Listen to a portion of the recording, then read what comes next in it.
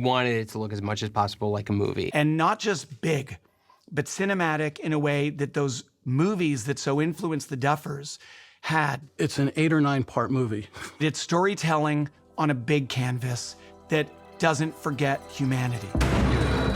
We really like this guy, Tim Ives, and because he had shot Girls and Mr. Robot. The references the Duffers had were right up my alley. We were just geeking out with him over these films that he loved just as much as we did, and so then it became about figuring out how to replicate that for a television show. There's a style of camera movement. There's a style of lenses. All of these things we researched meticulously and tested. We're basically trying to recreate the feeling that we got when we watched these movies, and we grew up watching a lot of movies from the 80s and the early 90s. I really felt like I could bring something to the show that would help make it actually feel like it was shot back then, using some of the styles of lighting that maybe aren't currently in vogue, but certainly were in vogue back then. These directors were able to be very cinematic. E.T., Goonies, Stand By Me, and a lot of the references that you've heard us talk about, they're beautiful, but they're not necessarily current style of lighting. For instance, lighting interiors at night and having blue light come in the windows.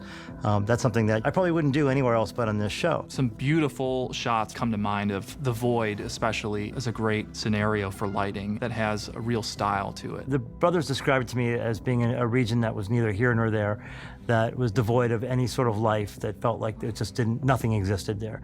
So I wanted to find a way to light that area in a way that there was no source that you could imagine. We rigged a bunch of space lights, which are kind of like big white China balls in the ceiling, and had made a very special 60 by 100 foot grid cloth that we put underneath it to really soften it. And then we used black theatrical drapes all the way around basically this hockey rink that we built with a very small lip, and put water in it to get reflections of anybody that was in there. If there's no light, it can be a little more dreary, and that's what I wanted it to look like. What is this place? Motivating the light in the tunnels of season 2. Took a little bit of figuring out, and then it wound up to be the simplest thing of all. We lit from behind, and the tunnel looks great in the backlight. The kids have flashlights. I said, if you want to be seen, you have to, when you're looking around, hit anything that's white, and it'll bounce back and it'll light you. I would say flashlights lit those $1 million tunnels.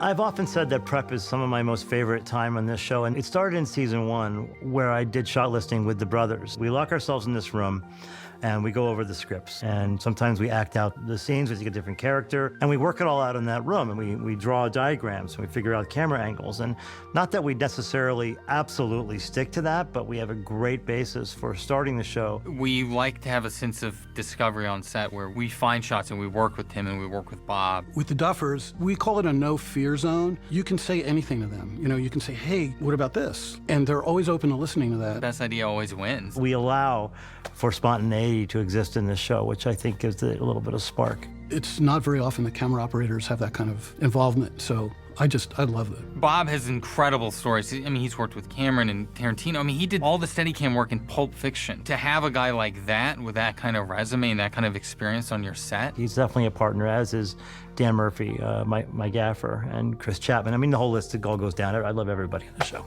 But Bob, I'm able to just speak in broad terms with him now. We have a language that we both understand. Sometimes, especially on set, you're tired, you're overwhelmed, and when you have people like Tim and Bob there, they can really figure the scenes out.